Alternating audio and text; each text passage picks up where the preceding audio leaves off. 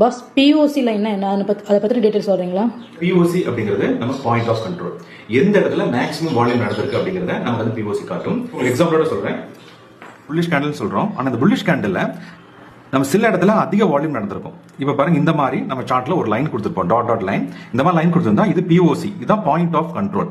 நமக்கு இந்த பிஓசில தான் பையர் செல்லர் வந்து ரொம்ப ஆக்டிவிட்டியா இருப்பாங்க. ஏன்னா இந்த பொசிஷன்ல தான் அதிகமான பையர்ஸ் அண்ட் செல்லர்ஸ் அவங்க பொசிஷன்ஸ் பில்ட் பண்ணிருக்காங்க. ஃபார் எக்ஸாம்பிள் இப்போ 150 எடுத்துங்க. இந்த 150 ரேஞ்சில் நமக்கு வந்து 1 lakh குவான்டிட்டி இருக்குன்னு வச்சுக்கலாமே. இப்போ 1 lakh குவான்டிட்டி இங்க பை பண்ணிருக்காங்க, 1 lakh குவான்டிட்டி செல் பண்ணிருக்காங்க. இப்போ அந்த லைனுக்கு மேல போறப்ப என்ன ஆகும்?